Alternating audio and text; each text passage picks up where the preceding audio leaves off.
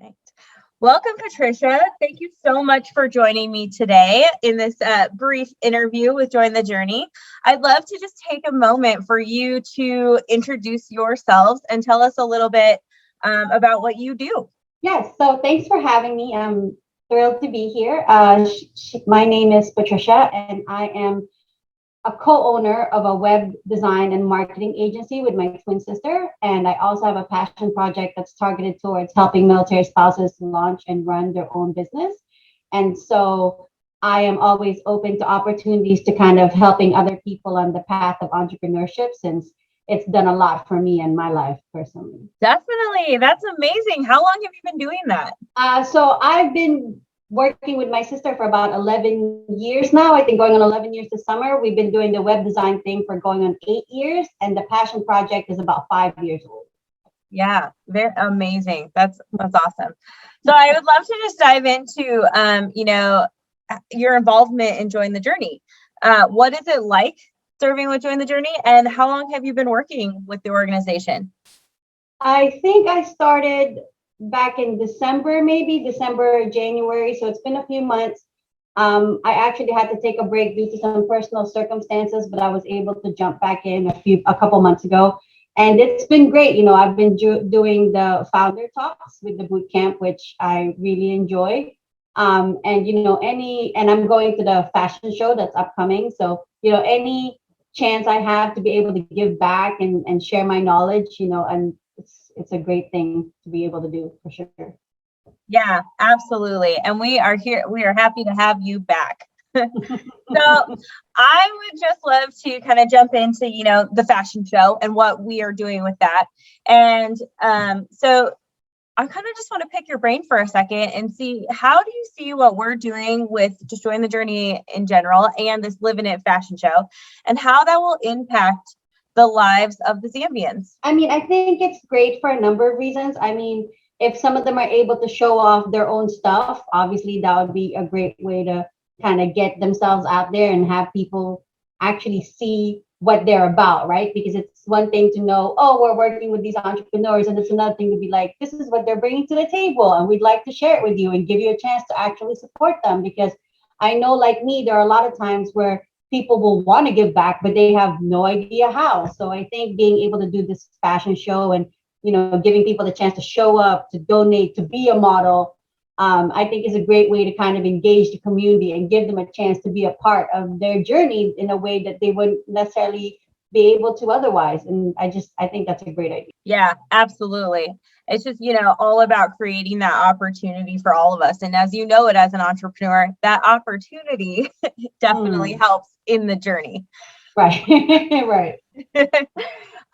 Perfect. So overall, I would just kind of like to hear from you. What kind of impact do you envision, your company with a combination of Join the Journey and then just the other, the other things we are doing to reach these people? How do you envision that in the next few months and years to come? What kind of impact we can make overall, not just with the Zambians, but with other entrepreneurs? I think that, when I first started this journey with them, I have to admit that I was a little taken aback when I really thought about where we're coming from versus where they're coming from. And I think it's a great shift in your perspective to be like, sometimes you just have to go back to the basics. No website, no social media. We're just talking about these people bringing a product to somebody and trying to make some money because they want to do better for themselves or do better for their children. I became an entrepreneur because I wanted to be able to put my family first, and everything that's happened since then has been worth it,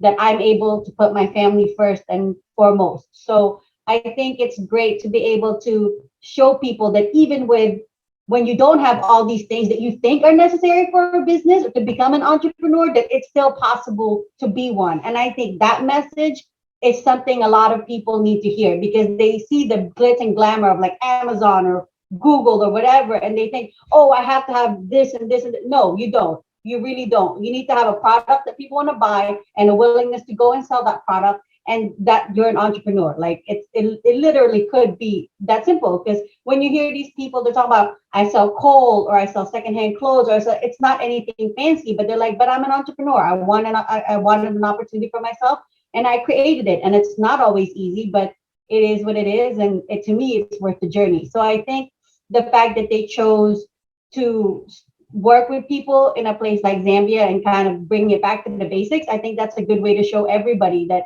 it doesn't have to look one way, right? This is how these people are doing it. You could do it a different way. But the fact is, you don't have to be Google or Amazon to be like legit. You can make your own opportunity and you can create your own way, and it can be just as valid a journey as anyone else's. 100%.